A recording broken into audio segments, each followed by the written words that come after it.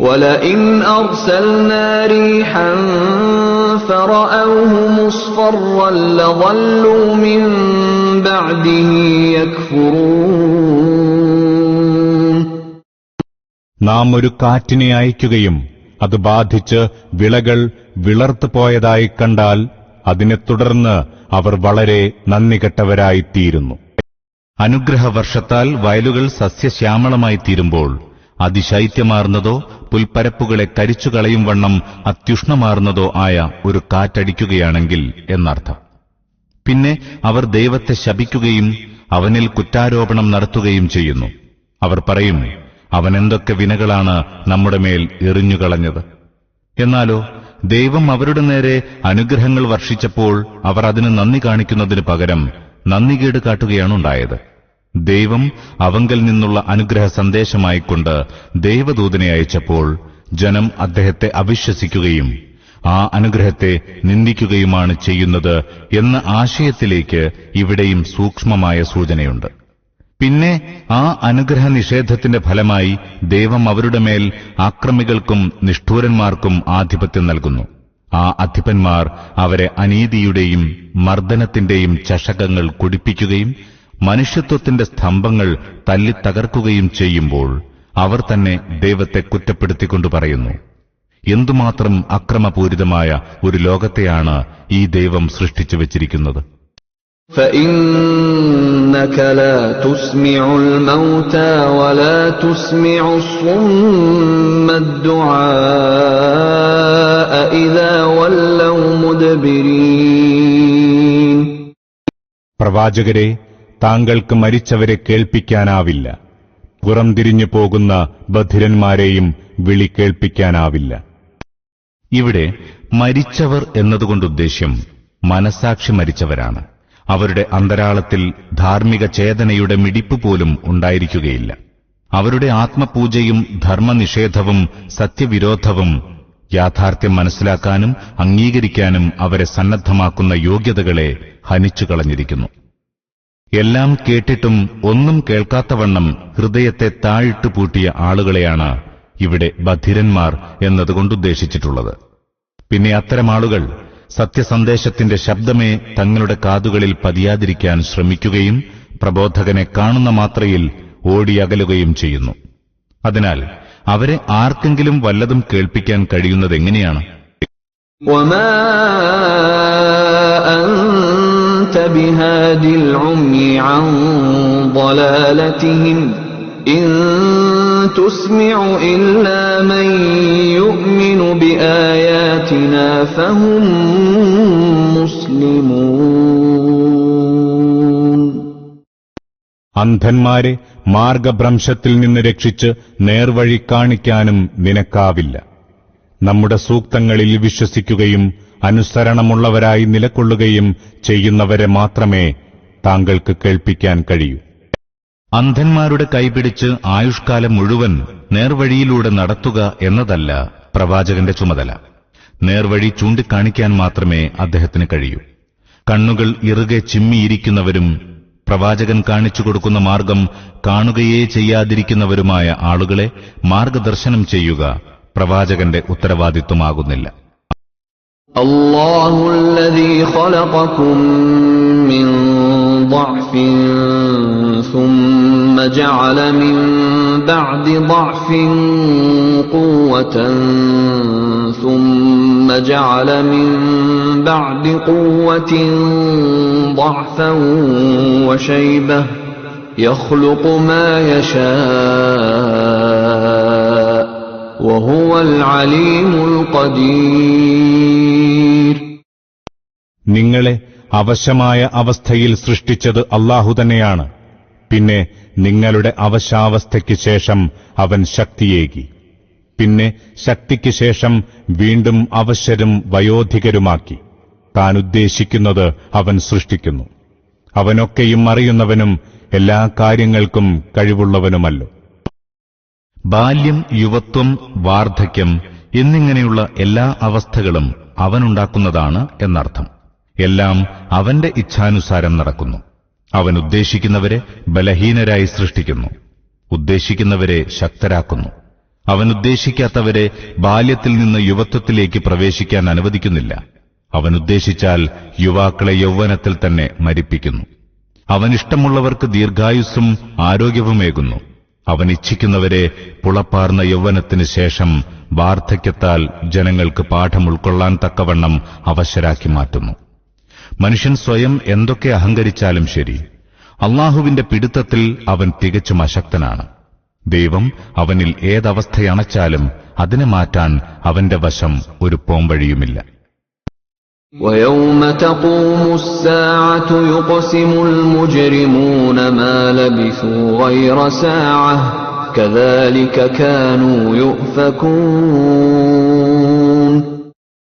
ആ നിമിഷം നിലവിൽ വരുന്നാളിൽ കുറ്റവാളികൾ ആണയിട്ടുകൊണ്ടിരിക്കും, തങ്ങൾ ഒരു നാഴികയിലധികം ഇഹലോകത്ത് പാർത്തിട്ടേയില്ലെന്ന്.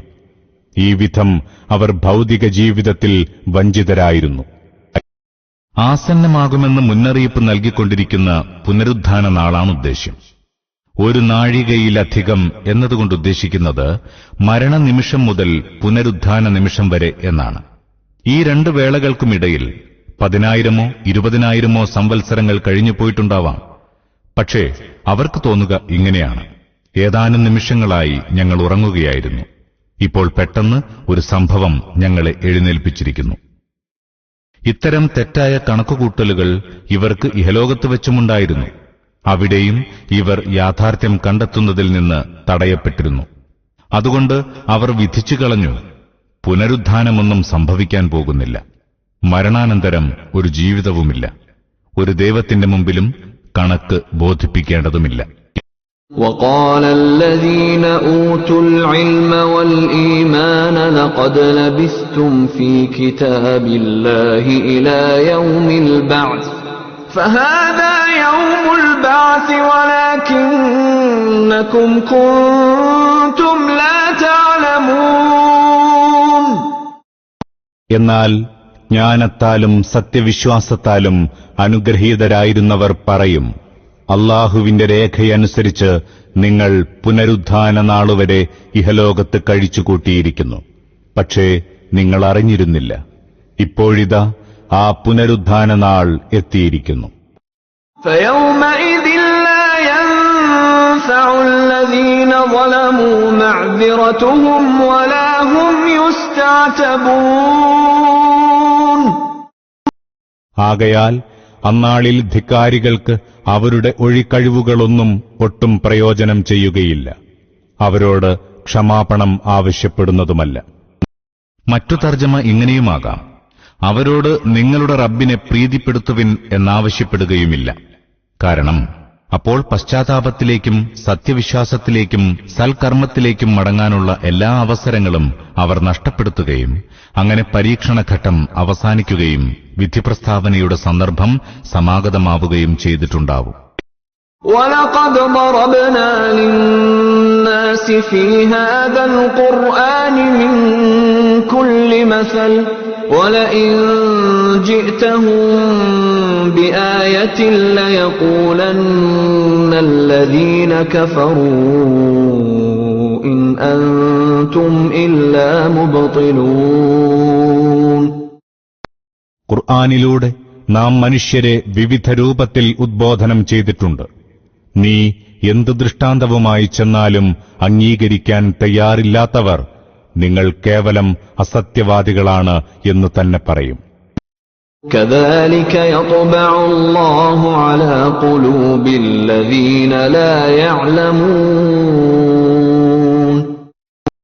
അജ്ഞരായ ആ ജനത്തിന്റെ ഹൃദയങ്ങളെ അല്ലാഹു ഈ വിധം അടച്ചു മുദ്രവെക്കുന്നു. فاصبر إن وعد الله حق ولا يستخفنك الذين لا يوقنون. അതിനാൽ പ്രവാചകരെ ക്ഷമയവലംബിക്കുക, അല്ലാഹുവിന്റെ വാഗ്ദാനം തീർച്ചയായും സത്യമാകുന്നു. ദൃഢവിശ്വാസമില്ലാത്ത ജനം താങ്കളെ ഒട്ടും ദുർബലനായി കാണാതിരിക്കട്ടെ. 47-ാം സൂക്തത്തിൽ പരാമർശിച്ച വാഗ്ദത്തത്തെയാണ് സൂചിപ്പിക്കുന്നത്.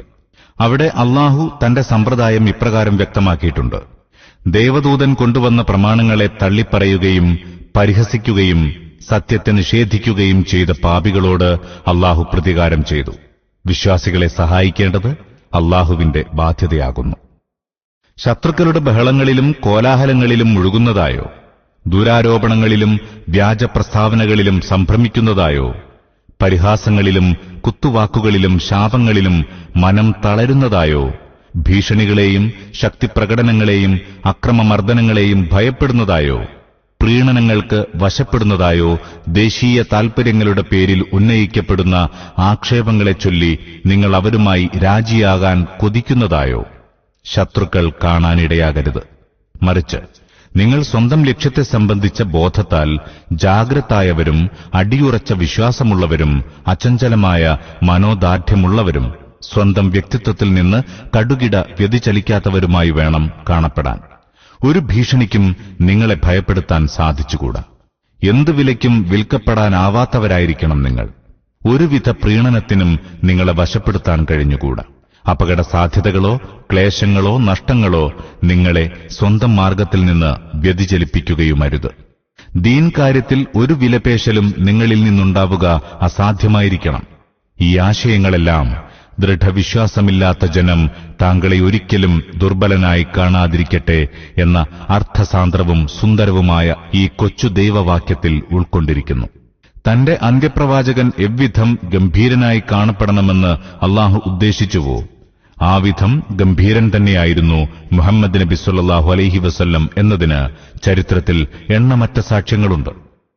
അദ്ദേഹവുമായി മത്സരിച്ചവരെല്ലാം അതേത് രംഗത്തായാലും പരാജയപ്പെടുകയാണുണ്ടായിട്ടുള്ളത്. അവസാനം അറേബ്യയിലെ സത്യനിഷേധികളും വിഗ്രഹാരാധകരും തങ്ങളുടെ സർവ്വശക്തികളും വ്യയം ചെയ്യുകയും സർവായുധങ്ങളും ഉപയോഗിക്കുകയും ചെയ്തത് ഏതൊരു വിപ്ലവത്തെ ചെറുക്കുന്നതിനാണോ, ആ വിപ്ലവം വിജയിപ്പിച്ച് കാണിച്ചു കൊടുക്കുക തന്നെ ചെയ്തു ഈ മഹാവ്യക്തിത്വം. وَلَئِنْ أَرْسَلْنَا رِيحًا فَرَأَوْهُ مُصْفَرًّا لَظَلُّوا مِنْ بَعْدِهِ يَكْفُرُونَ